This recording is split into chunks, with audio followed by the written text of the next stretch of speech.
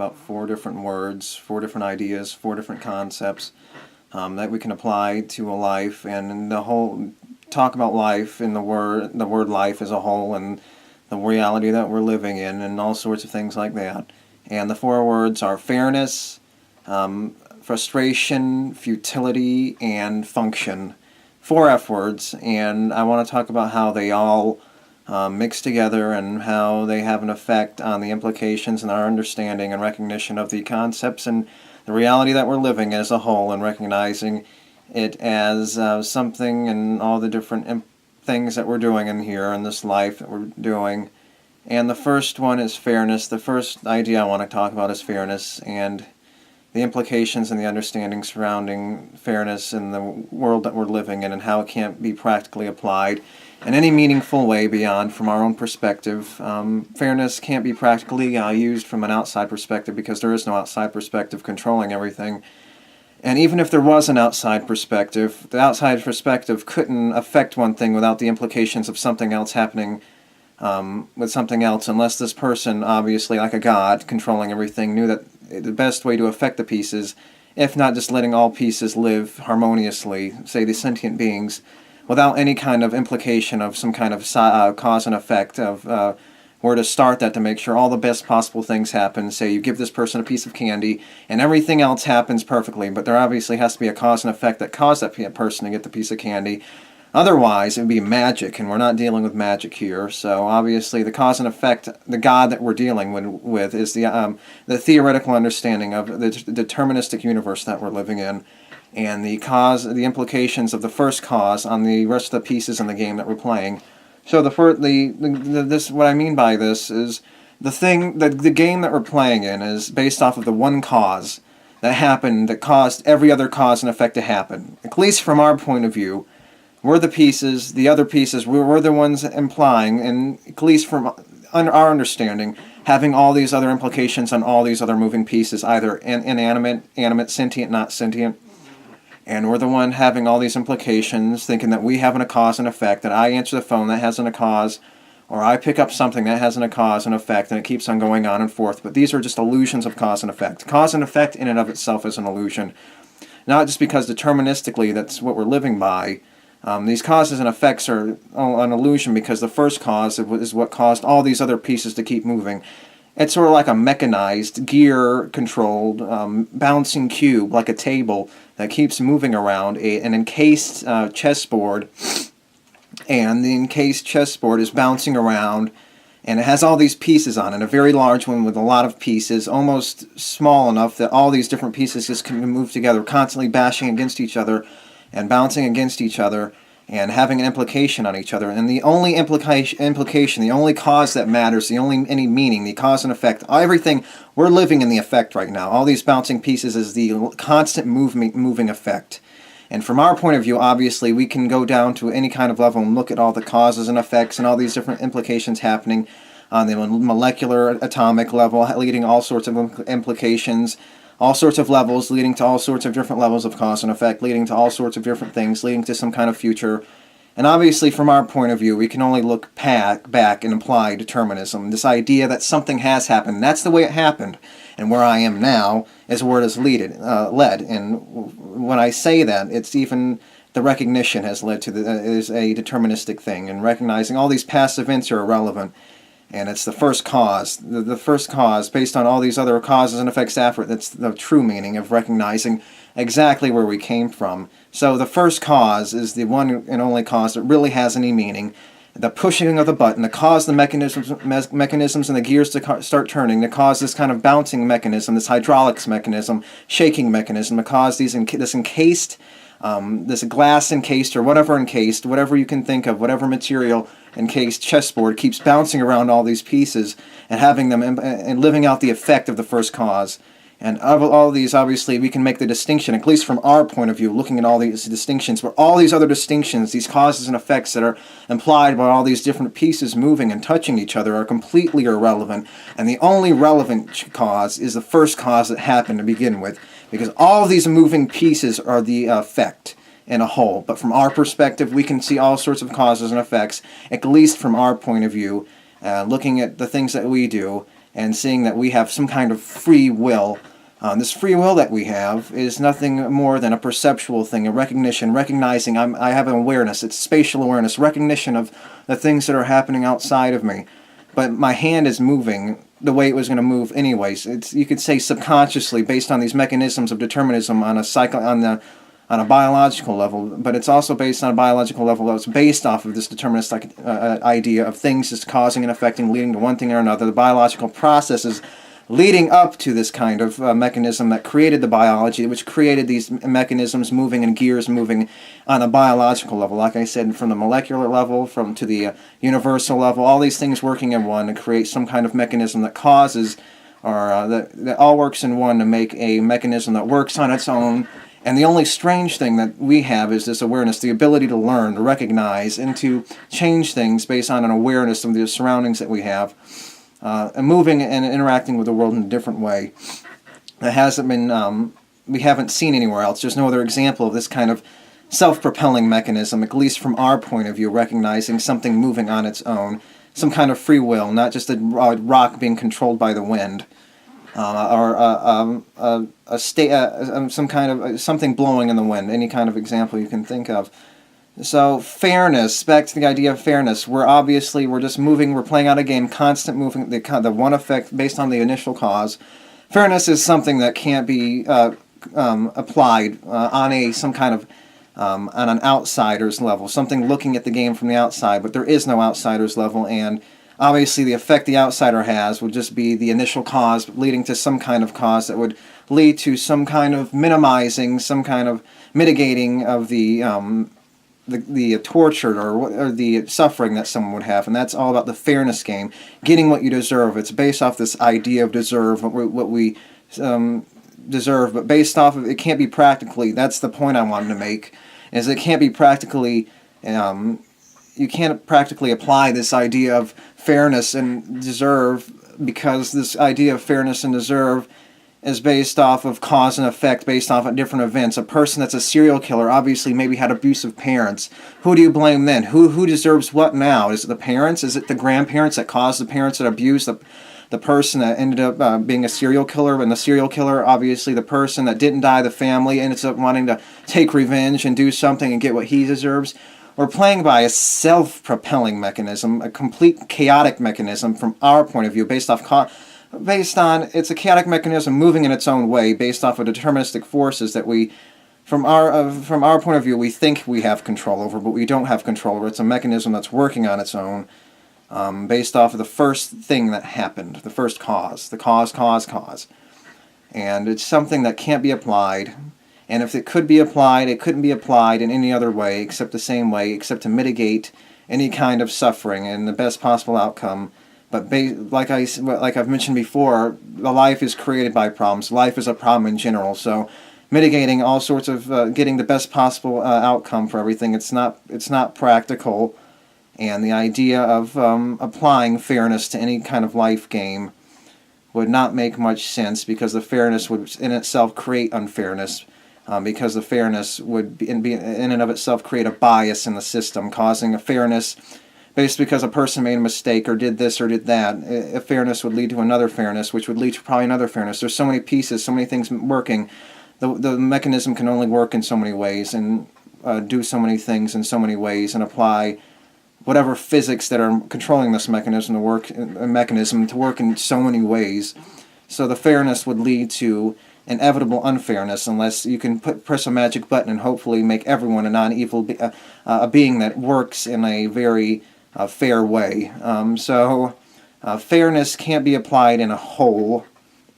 Fairness can be only applied on a level where the individual is aware and they recognize that, okay, well, I can give you 2 stars for working 2 times as hard, and I'll only give you 1 star for working half as hard as the other person. So we can only apply fairness on our level, and it's not practical to apply any kind of fairness beyond our point of view, because it doesn't fit into any other equation other than creating a self-propelling mechanism in and of itself, which is the fairness that we're playing by. And the only fair mechanism that we can play by is a mechanism that we create from our point of view, recognizing based off of this mechanism that's working on its own, which is the first cause, the cause that caused all these other causes, It's a mechanism that we have no control over, and the first cause is only creating the fairness that it's being allowed to create within the mechanism based off the first cause that caused all these, the effect, the constant moving effect based off the first cause, which is the only relevant cause, because all these effects of moving pieces moving into each other, how the first cause happened, whatever mechanism that can cause the first cause to be any different, or have any kind of different mechanism, or do any kind of thing to cause some kind of different outcome, if there's any kind of other outcome that can be possible other than one outcome that led to the universe happening, whatever likelihood that is, there's no other relevant cause or any way of applying fairness or implying that anything else can happen any other way except for the first cause happening the way it happened, and what other variables can have happened to cause the first cause to happen any other way, to imply any kind of other fairness or any other game changer in any other way possible. So I hope that made sense. It's too much information at once. I apologize. But I want to move on to the next point. I hope I made sense, but the fairness can't be applied because it would just a self-propelling mechanism based off of a deterministic universe that we're living in. Although obviously I've gone over the other points related to determinism and how it functions and how the whole game works and all that. And obviously, from our point of view, we can apply fairness on the individual level, at least from the sentient level, recognizing how the cause and effect that we have on each other. So, yes, the first cause caused all the only fairness that can happen if the first cause is the only way, based on any other variables that could have happened. If there's any other variables that could have happened that caused the first cause to happen a different way. And that's almost in a way applying that to the idea of some kind of outside being that can apply fairness. And a fairness is a mechanism that works on its own based on our own individual viewpoints that we can apply on the sentient level from our point of view as best as we can, based off people's past experiences, based off of this deterministic universe that we're living in. So it can only be applied in certain ways, and it can't be applied practically because it's a mechanism that would only lead to other unfairness if it could happen, based off of this first cause, and whatever, and so on and so forth. I could keep going on and on and on, try to make it make more sense, but it can't be practically applied to reality that we're living in because it's something that is completely impractical and can't be applied because obviously, unless you snap your fingers and make everything good, all these unfairnesses that happen to other unsentient beings is based off other causes and effects, and you can't just punish them based off of the cause and effects. Getting what they deserve based off all these other causes and effects, unless you snap your finger recognizing all these other causes and effects and trying to manipulate them so that nothing bad can happen. You can only expect so much out of a mechanism like that. It's either very good or very bad or somewhere in between, and somewhere in between is what we're living in, unfortunately. And it's not just all suffering, but that's the only game we're playing by. It's a negative-sum game, but we're not all at the worst possible place that we can be. So the mechanism can only work in so many ways. So onto the frustration thing, and this is more of a psychology one, and I might go back and revisit if I have enough time and how these maybe relate to each other. But frustration is recognizing, and I want to give an example, like how the frustration, how all these different pieces are just moving different against each other, and how you can only do so much to solve your own problems and satisfy other people, and satisfy yourself, and help, and for example, and mitigate your problems, and hope that your problem can help solve someone else's problem, and so on and so forth, and recognizing the frustration of all these other people's problems, and how your problem obviously has to do with some kind of cause and effect, and the cause and effect of other people's problems, and how your problem's not the only problem in the world, and how all these different things affect and cause and affect each other. And I would say that it obviously adds on to the frustration once you realize just how frustrating and futile, which is another one of the words I wanted to use, all these other mechanisms are. So, say, for example, you're talking on the phone with someone and they have a problem and you have a problem and you're very frustrated and they're very frustrated, and they need you to listen to their problem. Otherwise, they're just going to get more and more frustrated, and you're going to get more and more frustrated if they can't help you with your problem. You want both of them to listen, but obviously, in and of itself, the frustration is causing the problem in and of itself. And obviously, they can try to mitigate it based on how they react, or you can mitigate it, or they can make it worse, or or you can make their problem worse, or the whole problem can be worse as a whole. So, you could just, the thing with frustration and recognizing these problems and that your problem isn't the only one in the world and recognizing that frustration as a whole in solving a problem, it has to do with the greater picture, and recognizing that all these things have a cause and effect on each other. The frustration of my problem has an effect on his problem, especially when we're coming to interact with each other directly, even if not directly, even if there's just two people on this planet.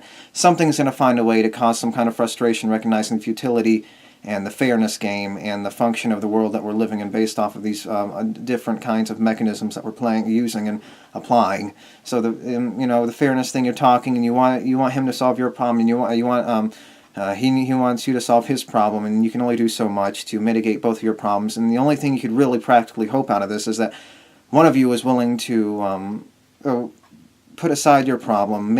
You could just only hope so much that your problems could be mitigated so much that you're willing to help him with his problem so that the frustration doesn't get too out of control, recognizing that this frustration game is only a self-building mechanism, building. Like the problem, you have a problem, frustration. And frustration and problems is what builds this mechanism of life. There's only problems, life is a problem as a whole.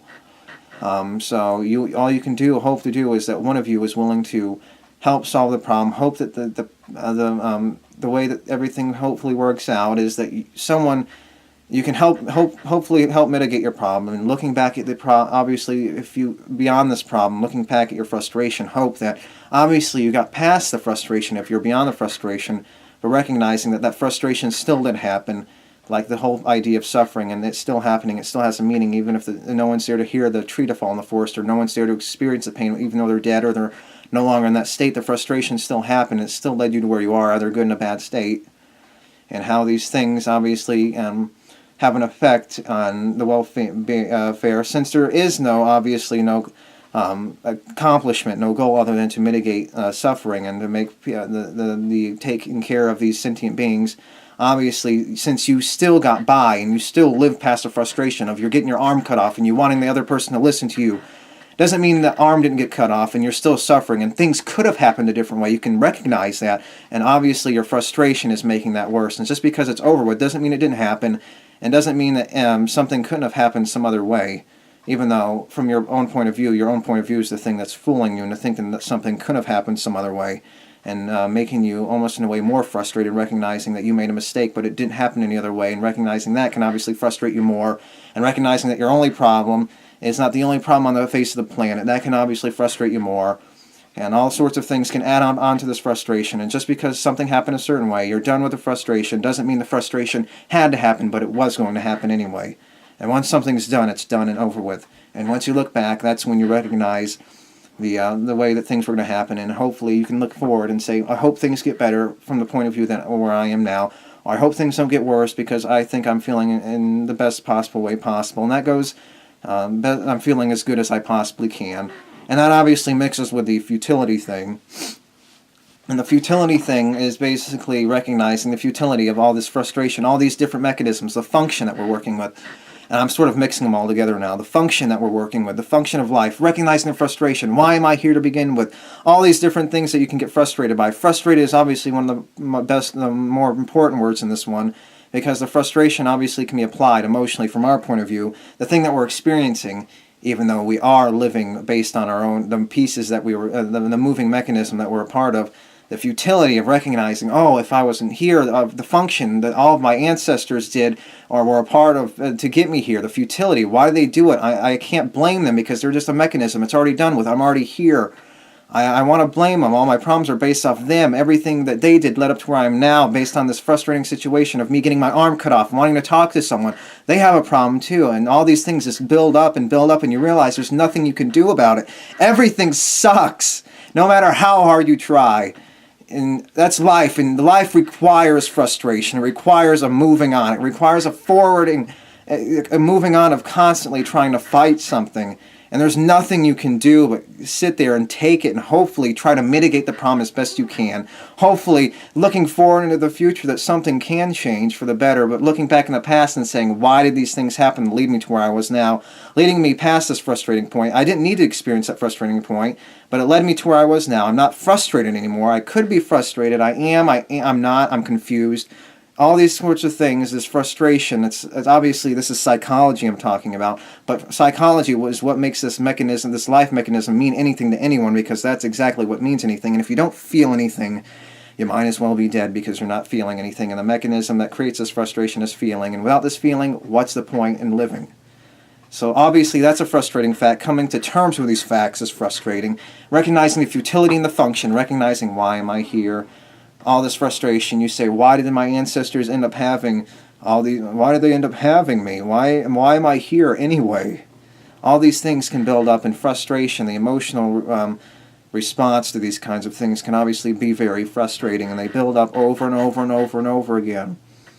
The fairness, nothing's fair, everything's futile because nothing can be applied fairly, and it's futile because it can't be applied fairly, and we're not, the function of the game that we're playing is pointless and futile because, especially nowadays when we're obviously beyond the game to a certain extent, we're not playing by the same rules, we're looking past the rules, technology is making it so that our inevitable demise is getting all the closer, getting smarter, recognizing the truth more, recognizing the function, recognizing why we're here, mixed with all these recognitions of the reality that we're living in, and the futility of the brick wall that we're going to run into, and what are we going to do once we run into this brick wall, this accomplishment brick wall.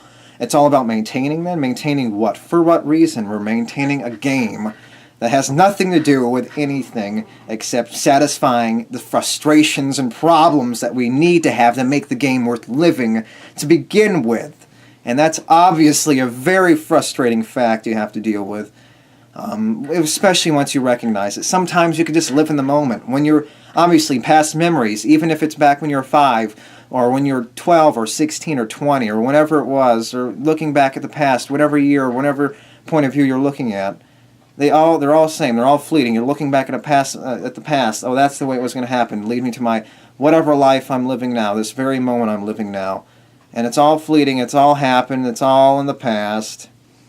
And it's all something that you have no control over at this point. The only control you have is the control you feel like you have in the present going into the future, looking back at the past, recognizing that you're giving into your control, recognizing that there's no control when you're looking back in the past, knowing that exactly you're being played by the mechanism, and the pointless, futile nature of the mechanism. Everything's fleeting. Every moment we live is fleeting, and that doesn't mean it doesn't mean anything. Our inevitable demise is all the closer. The brick wall is getting closer and closer, looking back at all the things, obviously, that have led us to where we are now. It's all fleeting. It's all here. This led to there, and so on and so forth. Everything that happens was going to happen anyway. And the function, recognizing the function, we're playing a game based off the function, and the function is a function that has nothing beyond the same old, same old. We're not doing anything more than playing out the game based off of our problems that we need to create to make sure that this life is worth living. And if you don't react to these problems, what's the point in living if you're not going to get any satisfaction? If there's no discrepancy between your problems and non-problems, it's all the same. It's almost as if you're a husk not experiencing anything. So the futility feeds the unfairness. The unfairness feeds the futility, and so forth, and causes the frustration. The frustration feeds the futility, and so on and so forth. All these 4 words coalesce into one. I think it's a good F. All these things are just feed each other. The emotional side, the futility side, is recognizing that's everywhere. The function, which is everywhere, recognizing the function, especially the function of the universe that led us to where we are now. And the fairness, the unfairness, the lack of fairness that we're living with is also something we have to deal with. We have no control over the fairness. Everything's moving the way it's meant to move. Not meant to move, but the way it was going to move, looking back, and there's nothing we can do about it. The function of our existence, why are we here? The frustration with recognizing all these problems at once. And recognizing how all these frustrations, the futility of the frustrations of the futility, the function, recognizing your problems, recognizing all these problems, recognizing the nature of life. It's all frustrating, it's all futile, it's all the function, and it's all unfair. And that's the game that we're playing, unfortunately, and there's nothing we can do about it. Think about it. You're sitting there by yourself, and you have no one to comfort you. You're sitting there, you're just recognizing, you're thinking, you have just enough time to think. What makes life worth living is the time to think and feel something, and the feelings and the thinking that leads you to something is completely negative. And now, from now on, it's just, okay, hopefully I'm not going to think too hard about all this crap that has to do with reality, because recognizing reality is very disabling. It doesn't do anything but bring you down. It doesn't do anything but destroy your perception of what you once knew. And a point I wanted to make earlier is the fleeting nature of life. Looking back, living day by day, say when you were younger, when you were just living day by day, hopefully, yes, day by day I live, I suffer. You didn't really think about you didn't think about everything as a memory, recognizing everything in the past. You just think about in the moment more. I would say, when you back, if that's, looking back at some kinds of memories where you're just living in the day and suffering, you went through it, it's over with, fleeting, and you sort of lived with the fleeting, but recognizing the ideas surrounding this is obviously something that's causing this, all these things that used to make be very plain and have very docile, and now it's shaking the waters up, and it's causing everything to move around. It's shaking everything up. It's the psychological movement of constant disturbance of not recognizing that your emotions and the things that you live by are the things that make your life worth living. But the life you're living isn't worth living because you're not playing by any reasonable standards, except playing out your predetermined role based off of everything happening in a certain way. And nothing's going to happen any other way, and you can only hope for the best in the future and expect the worst to make sure that at least your expectations aren't too high. So yes, I think I've babbled on a lot. I'm just trying to make my point as clear as possible and get every last bit I can out of these 4 words. And I think I might even revisit them again anyway. So it's FF, fairness, frustration, futility, and function. All these things feed off of each other. The function of the world that we're living in, the futility of the world, the unfairness of the world, the lack of fairness, and the frustration from our own emotional points of view. And I want to see if I can connect these all into one to make one coherent thought. So the fairness, the unfairness, based off of the predetermined mechanism that we're living off of, causes a lot of problems based on, and that's what makes our life worth living.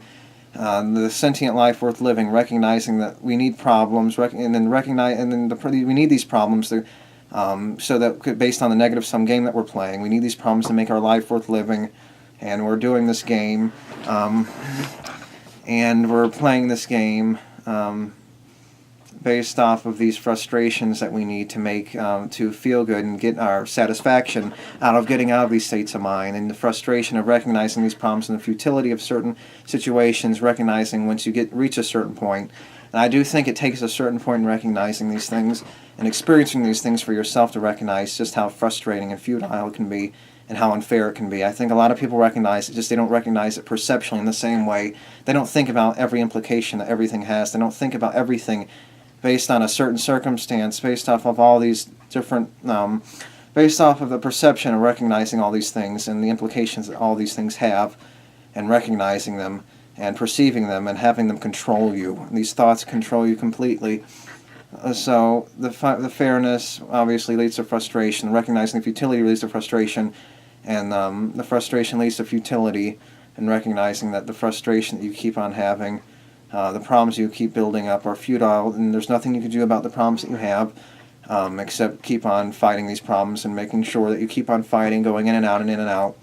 And the function of this world, of the function of this universe that we're living in, and why everything has an effect on everything else, and the function of the universe that we're playing, the way things have happened to have happened, is the function that we're playing on the mechanism. Like I said, the bouncing cube with all the different chess pieces, all these things obviously have an effect. And so fairness, frustration, futility, and function. I don't mean to be redundant, I just want to make sure I get everything out of these words, because I've gone on for so long anyway. So yes, the function that we're playing by leads to frustration, which leads to futility, which leads to recognition of unfairness based off the function, which leads to frustration, and recognizing all these different things feed off each other, and sort of like recognizing when you get frustrated, it's more easy to get frustrated. And I think that's a good way to recognize these words and these concepts. You get frustrated, then you get more frustrated because nothing solved your problem, and you can't solve and then you recognize the more implications. The more you recognize, the more you're frustrated, the more you recognize. You get frustrated, and there's nothing you do to solve your problem. The more frustrated you get, if it's a self-feeding mechanism, it's a self-propelling mechanism. You get frustrated, recognizing the futility, and futility feeds the frustration, and the function feeds the futility, and the unfairness feeds the function. The function feeds the unfairness.